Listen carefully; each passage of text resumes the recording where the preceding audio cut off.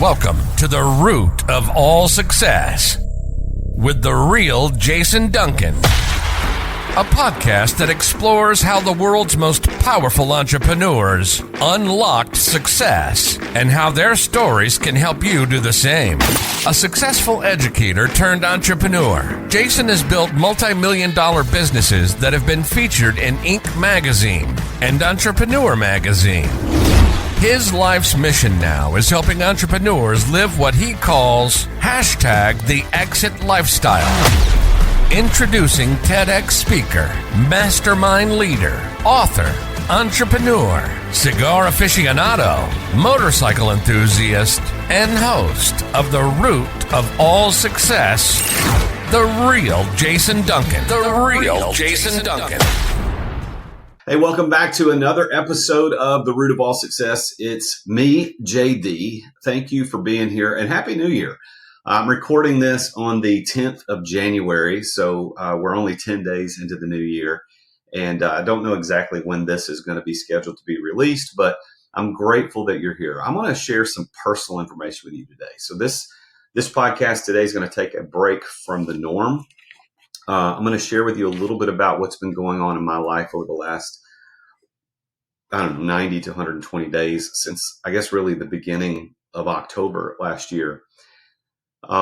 If you are a subscriber to my newsletter, you've seen a little bit of this information. I've slowly been sharing this over the last couple of weeks, and I've been getting a huge outpouring of support, emails, text messages, phone calls, people reaching out saying, hey, how are things going? What can I do to support you? Is there anything you need? And I appreciate that more than you could absolutely ever imagine. Because the last 90 days have been the worst 90 days of my entire life. I put that against the fact that I've lived a pretty charmed life. I grew up in a home with loving parents, good family. My parents are still married after 51 years of marriage. I'm married to my best friend in the world. She and I have been married 28 years. We have two beautiful and healthy, wonderful adult children. And we have everything we need, right? I mean, we're never looking for food. We're never looking for transportation or housing. We have everything that we need. So I've never experienced loss like I have now. I'll explain that later, but I've never experienced loss. No one close to me died in an unexpected way. Of course, I've had grandparents pass away, but that is to be expected as people grow older. But my parents are still alive. My brother's still alive. My wife's dad passed away a little early, and that was very sad. But in terms of just total loss in my life, I haven't experienced that. I hear a lot of influencers and podcasters and people on stage and in books talk about overcoming significant challenges. Maybe it was poverty or an abusive parent or abuse or sexual abuse or drug addiction or whatever it might have been. And I haven't had that experience until now. And the last 90 days of 2023 were, like I said, by far the worst and most hellish 90 days of my life. And why? Why did that happen? Over the course of the next few weeks, I'm going to be revealing a little more details about what happened.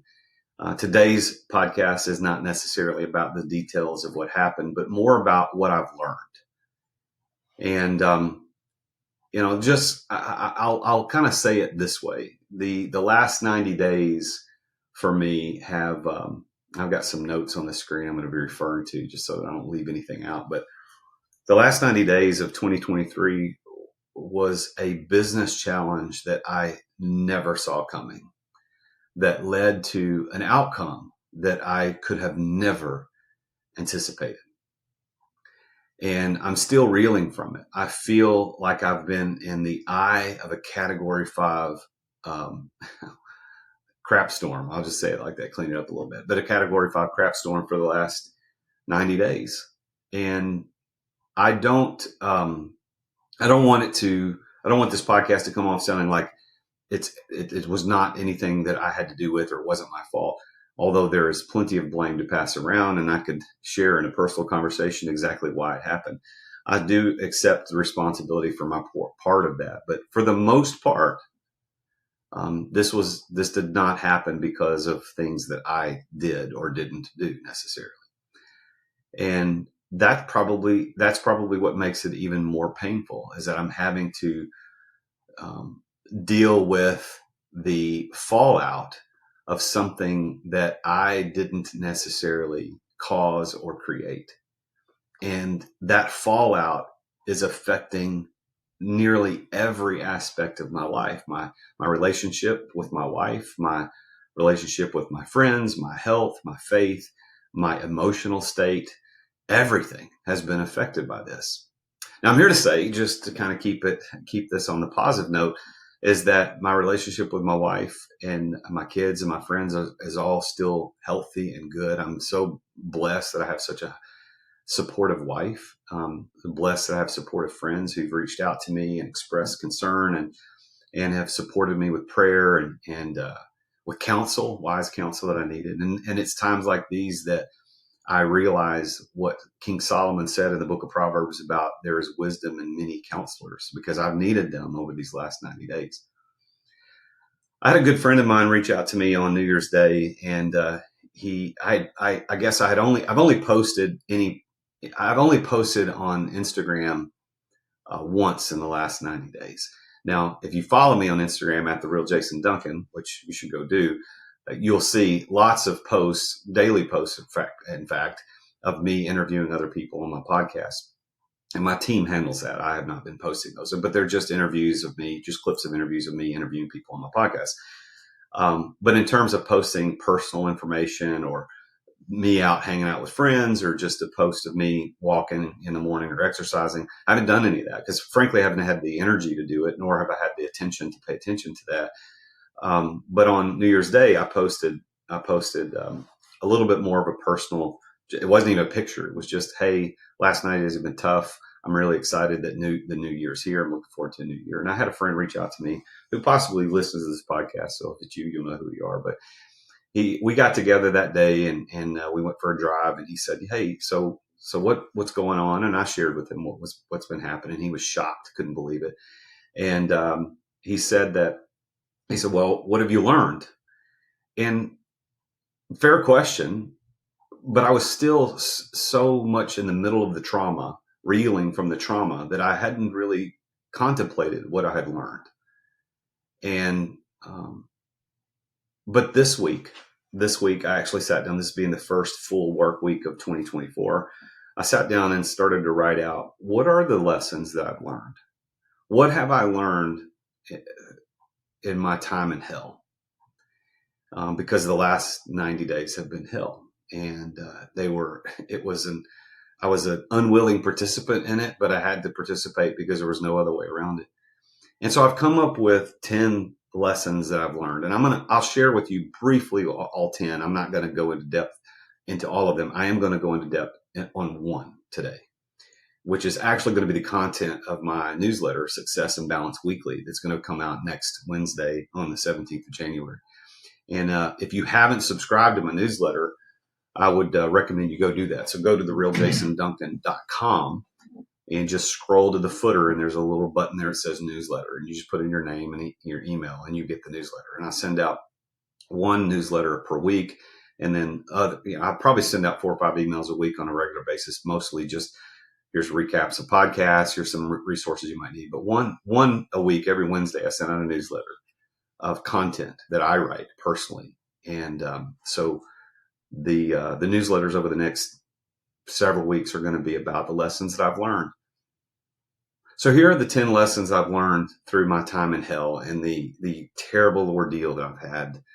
And I'm still going through it. I kind of feel like that the category 5 feces storm, I'm in the eye of it because everything seems to have kind of died down for a little bit at this moment in time.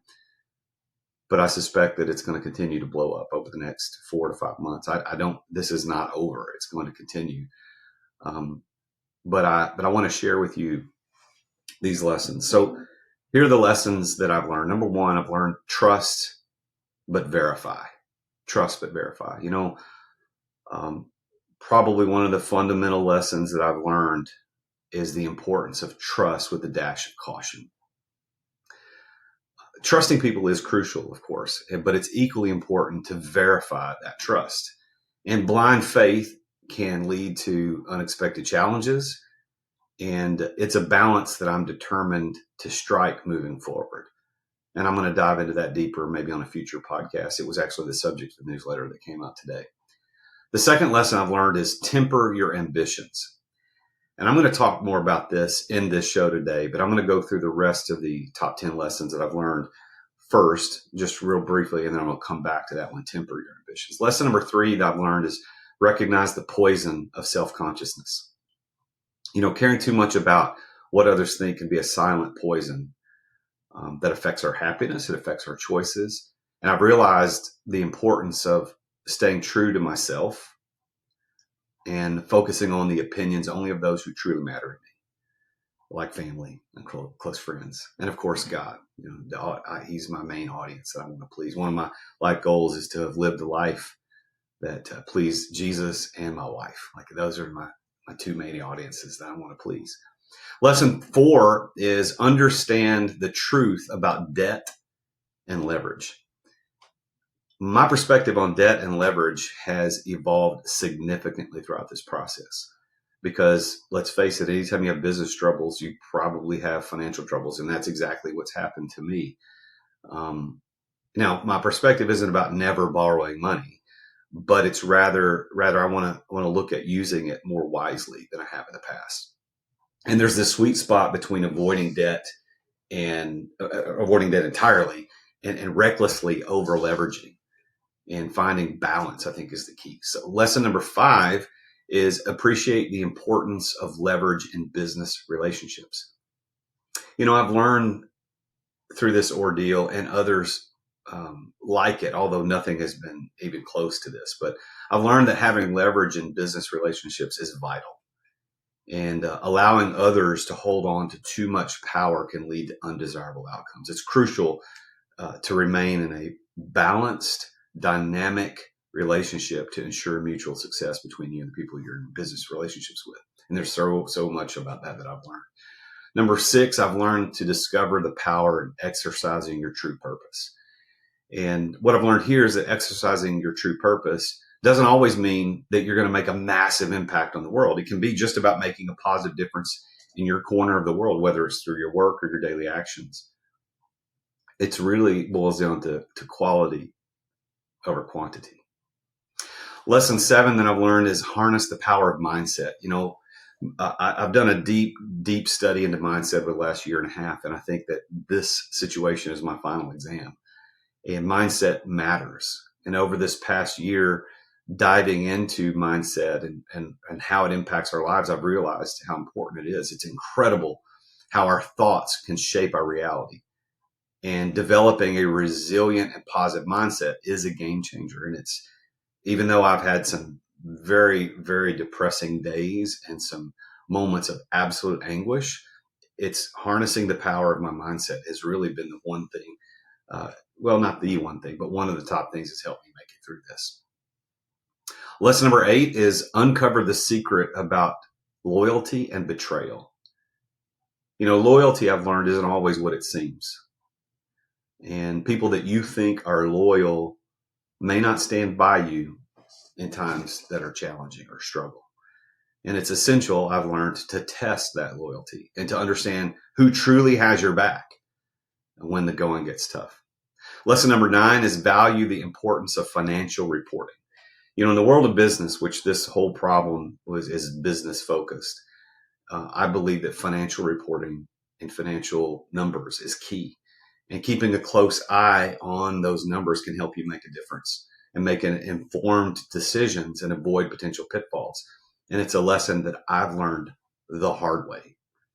And then the 10th lesson is overcome the thief called worry. Worry is a thief. It's a thief of joy and productivity. It accomplishes nothing, but it steals your peace of mind. I've come to understand that worrying doesn't change the outcome. It only robs you of your present moments. So those are the top 10 lessons that I've learned. And I want to dive into lesson number 2 today. And I don't know why I'm necessarily choosing lesson number 2, except for the fact that I just finished writing the newsletter on this topic, which is going to come out next week in Success and Balance Weekly. But temper your ambitions. Let's take a quick break to thank our amazing sponsors for making this podcast possible.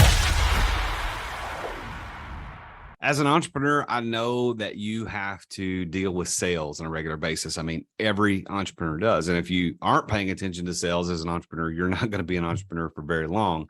But I've got a sponsor of this show called Dub that helps you bring the personal back to sales. If you want to figure out how to improve content creation, improve client trust, improve your sales process, decrease the sales cycle, because we all know time kills deals. If you want to increase client bookings and increase conversions, you need to take a look at Dub.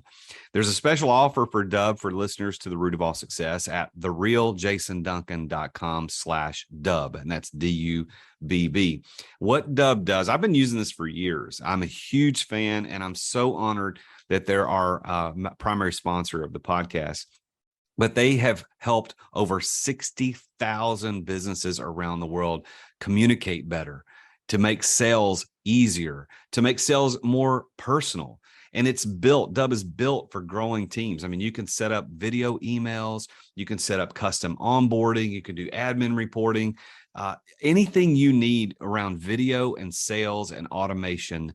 Dub is there. You can try Dub now. Your conversions to sales are waiting. All you got to do is go to therealjasonduncan.com/Dub. And there you're going to get 2 weeks for free to try Dub. Plus, you're going to get 50% off your first 2 months of Dub. You can't beat that. So go check it out. Go to therealjasonduncan.com/Dub. Thanks for listening to our sponsors. Now, back to the show. You know, I read a book in, I think it was October of last year, which was right in the beginning of the storm. And it's called 10 Rules for Better Living. And it was written by Manly P. Hall. You can listen to the book for free on YouTube. I would highly recommend that you do that. And it's a short book. It's not very long. And, there isn't anything in that book that was startling or world-shaking or groundbreaking. But this one rule that he had, it didn't set well with me at first. And his rule was temper your ambitions. Temper your ambitions. And it didn't really set well with me, because after all, in our world of entrepreneurship, significantly in entrepreneurship, we look at people without ambition with suspicion. We look at them as not fully being committed to entrepreneurship. If you don't have ambition, you're not committed. And I've learned that tempering your ambitions really is a vital key to success.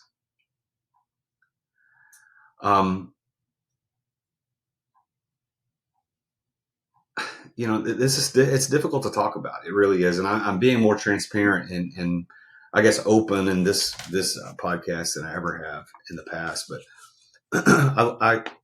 when you go through trials like I've gone through here, you question everything. The regret machine starts running overtime. It never turns off. It keeps you awake at night. It makes you have conversations that continue to pull you into negativity. And most of that is not healthy at all. I think the only healthy part of that is it made me realize that maybe it was my ambitions that led me to this space. You know, if we believe, and I truly do, if we believe that we are what we think about most often, then what I'm dealing with right now is a result of my thoughts. It's a result of what I've been thinking about for the last 10 to 13 years. Am I too ambitious? Is that what caused this? I don't know. I'm not sure that the answer to that is as easy as a yes or no. But here's what I have learned is that had I not been ambitious, in the way that I was. And I'm not saying don't be ambitious. Please don't hear me say that. But had I not been as ambitious as I was in the way that I was, I know for darn well I would not be in the position that I am today. Now, is that my fault? Is that a problem? Is that something I shouldn't have done? I don't know. Those questions, again, are not as easy as a yes or no. But when I look at tempering your ambitions, I really want to understand, well, what does that even mean? What does it mean to temper your ambitions? What does it mean to still have them, but temper them? What does it mean to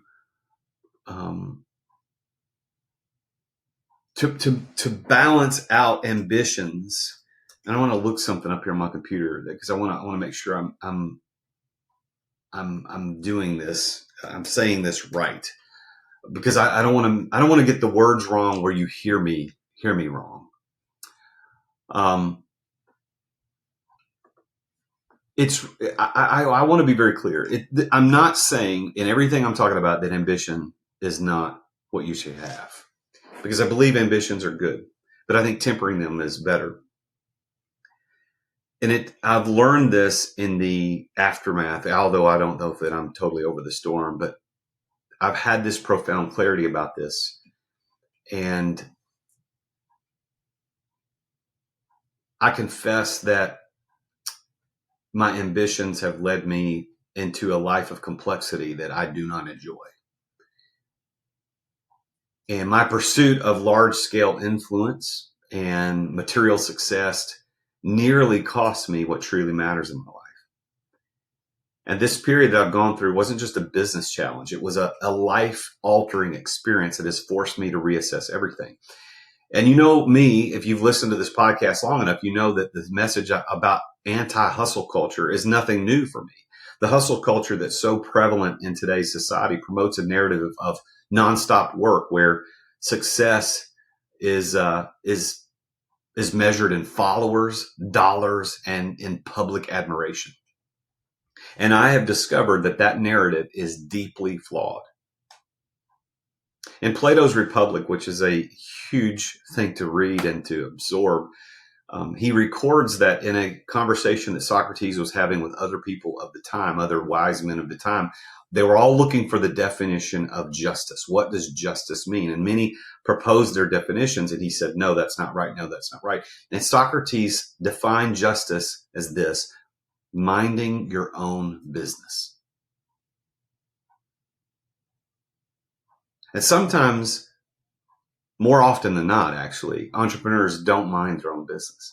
And I'm not talking about being nosy, because I know when we say mind your own business, we're actually saying don't be nosy. That's not what Socrates was meaning. It wasn't about being nosy. It wasn't about being inquisitive. It was about, if you're a shoemaker, make shoes. If you're a teacher, teach. If you're a political person, be in politics. If you're a carpenter, be a carpenter. If you're whatever you are, mind that business. And if everyone minded their business, how much better would the world be? And that stands in stark contrast. The simplicity of that understanding what justice really is stands in stark contrast to the relentless pursuit of external achievements. My wife and I, over this last few months, have reminisced many times about the simpler life when I was a school teacher and she worked for a financial advisor. And it's a life that we now view with a sense of longing, which is an irony not lost on me. It's the extravagances and the fame that I have chased seem trivial compared to the peace and the contentment of those days. Now, I look at that and I say, well, we didn't have much money. Well, maybe we didn't, but we had enough. And I've had a lot more money than that, but I've always had at least enough. And these last few months have been a stark reminder that ambition, while a powerful motivator, needs to be tempered with the reality of what truly brings happiness and fulfillment in life. And the societal push, even amongst podcasters and authors like me, the societal push for constant ambition and material accumulation stands opposed to the lessons of minimalism and simplicity. And I'm not necessarily advocating for minimalism. I think that also goes too far. But simplicity, yeah, I think that's something I've lost sight of. And these philosophies of minimalism and simplicity advocate for less clutter, less noise, and more space for what truly and genuinely matters in life. And in the relentless pursuit of more, we often lose sight of the richness of a life well lived. You know, this show is called The Root of All Success, and I've interviewed over 200 entrepreneurs on this show over the years and asked them their definition of success. And how I define success, like many of those, has been kind of rooted in achievement and recognition. But the experiences of the last 90 days have reshaped this view. And I've learned that success isn't about your bank account or the accolades that you receive. It's about feeling safe. It's about being contented. It's about being fulfilled. It's about quality time with family and friends, a positive work environment, the impact that you make in the corner of your world. And as entrepreneurs, and I know you are one because that's why you're listening to the show, we all often fall into the trap of believing that our worth is tied to our work. And to make meaningful impact, we got to reach millions of people. And I know that that's what I want. We all get tied up in those vanity metrics, like how many followers do you have on Instagram? I used to publicly state I wanted 1 million followers on Instagram because in my mind, it's like, oh, I can make a bigger impact that way. And I'd love to have 1 million monthly downloads of this podcast, but I'm nowhere near that. But that's what I was striving for. And that belief has led many of us, myself included, down a path of relentless striving, often at the expense of health, relationships, and peace of mind. But the question then is, what if we redefine success? What if instead of chasing a societal ideal of success, what if instead we focus on a life filled with simple joys, meaningful relationships, and work that truly aligns with your values? And that really is the essence of tempering your ambitions. It's about finding balance that allows us to live and thrive both professionally and personally. It's hashtag success and balance. I think that's the hashtag of 2024 for me, success and balance. Feel free to use it. Just make sure you tag me in it. So let me tell a parable. It's a parable that has been around for many years, and you may have heard it, but I want to tell it to you again. A businessman was on vacation in a small coastal Mexican village when he came across a fisherman who had just caught some high quality fish. And impressed, the businessman asked the fisherman how long it took to catch them. And the fisherman replied, well, it didn't take long. And the businessman then asked, why didn't you stay out longer to catch more fish? And the fisherman replied that, well, I have enough to support my family's immediate needs. And the businessman then asked the question, like many of us would, well, what do you do with the rest of your time? Well, the fisherman then explained that he sleeps late, he fishes a little, he plays with his kids, he takes siestas with his wife, and he strolls into the village each evening to sip wine and play guitar with his friends. He had a full and busy life. Well, the businessman, he scoffed and he said, look, here's a business plan for you, man. I have an MBA from Harvard and I could help you vastly expand your business. So if you spend more time fishing, you can buy a bigger boat.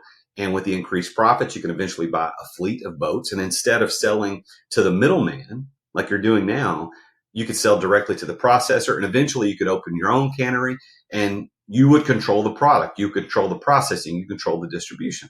And he went on to say, of course, you'd need to, leave this small coastal fishing village. You move to Mexico City and then to LA and eventually to New York, where you will run your expanding enterprise. And the fisherman asked, well, how long will that take? And the businessman replied, 15 to 20 years. But after that, that's when it really gets interesting. When the business gets really big, you can start selling stocks and you can make millions. The fisherman said, millions? Really? What about after that? And the businessman said, well, after that, you'll be able to retire. You can live in a small coastal fishing village, sleep late, play with your kids, catch a little fish, take a siesta with your wife, stroll into the village in the evenings where you could sip wine and play guitar with your friends. And the fisherman just smiled at him and he thanked the businessman for his advice. And he said, I already have all that I need. The moral of the story is about understanding what truly makes one happy and the irony of chasing what you already have. The fisherman in this story had learned to temper his ambitions against what truly mattered in life. And it's a reflection on the nature of happiness and contentment versus the perpetual pursuit of modern society, the perpetual pursuit of more. And it's a reflection of the nature of happiness and contentment versus the perpetual pursuit of things that we think we want, but if we took a closer look, we realize that we already have.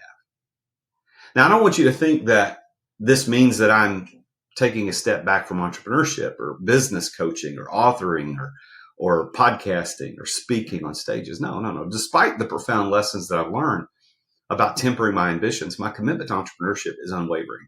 I firmly believe that entrepreneurs are the ones that change the world.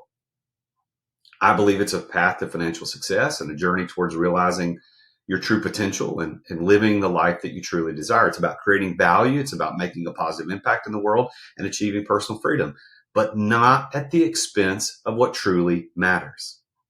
I was talking with a friend on the phone this morning, and we were both commiserating over this very topic. And what we came to the conclusion is that really all of this boils down. It's more about simplicity, not complexity. It's not about being an entrepreneur versus being an employee. That's not the binary choice that we're making right now. The choice is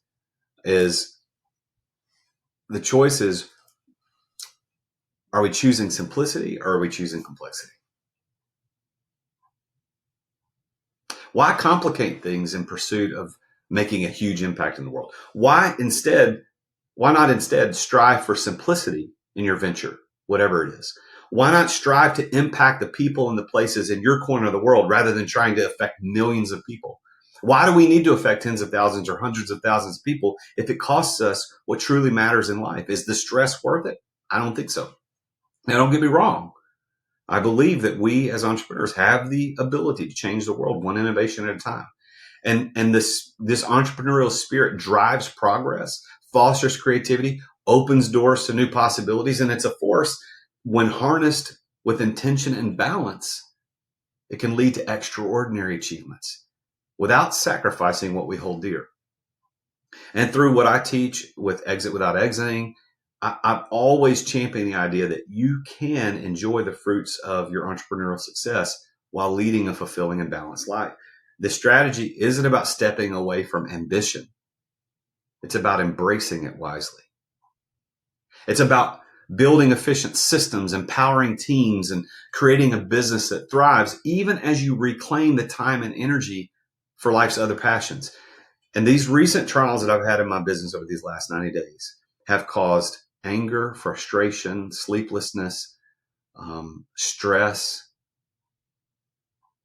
pain, sadness. But they haven't deterred my belief in my path. I would say they've reinforced it to a certain degree. But I think now I want to focus on simplicity rather than complexity, even if it means earning less money. And it's a poignant reminder that we can be successful and balanced at the same time. I don't have to chase millions. I don't have to chase all these things that I want in life at the expense of what I already have that I wanted years ago. You see, I heard somebody say one time that the life that you now have is the life that you cried out and prayed for years ago. So why do you want more? I think this whole situation is a testament to the fact that we can be ambitious as entrepreneurs, yet still live a simple, contented life that we yearn for. And the essence of true entrepreneurial success is balance. And as I'm navigating this new understanding, these lessons that I've learned, I'm going to invite you to embrace this life of simplicity, of purpose, and of joy. And if you, like I am, are feeling the weight of untempered ambition and you're looking for a path forward, I want you to know that I'm here to help. And I want to talk to you about how you can find balance and fulfillment in your life, in both your personal life and your professional life. And I want to offer you a free call with me if you want to talk about it. It's a breakthrough call. All you got to do is go to therealjasonduncan.com/breakthrough. And we can explore together how you can temper your ambitions for a more fulfilling life. So these are some reflections on lessons that I've learned, and I hope this is helpful for you. If you have any questions about this or anything else, just reach out to me. I'm on Instagram at @therealjasonduncan. You can reach me through my website. But more than that, if you want to talk about your ambitions and how you can get your business restructured so that you don't waste the most precious years of your life chasing something that you already have, I want to help you do that. That's what I do as a business coach. That's what I do with my mastermind, the Exiter Club. It's about exiting this rat race, exiting this perpetual desire for more, and really embracing what you have and building something significant of value so that you can cash in on what really matters in life. And if I can help you do that, I'd be honored to do that. Go to therealjasonduncan.com/breakthrough. Please tune in again next week on the podcast. We'll get back to interviewing some other folks about their stories of success and challenges and failures and whether or not their ambitions are misplaced. So as always, I am the real Jason Duncan, and Jesus is King. Attention business owners. Attention business owners. Feeling burnout from running your business? Uncertain if you're nearing burnout?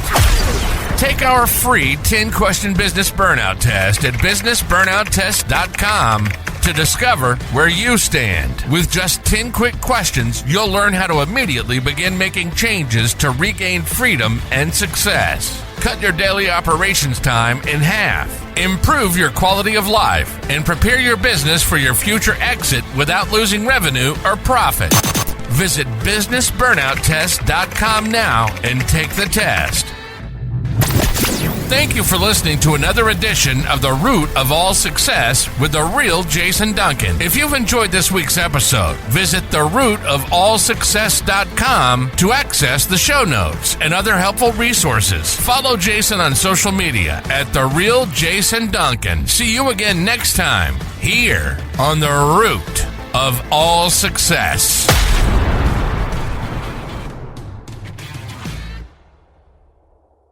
This podcast is a part of the C-Suite Radio Network. For more top business podcasts, visit c-suiteradio.com.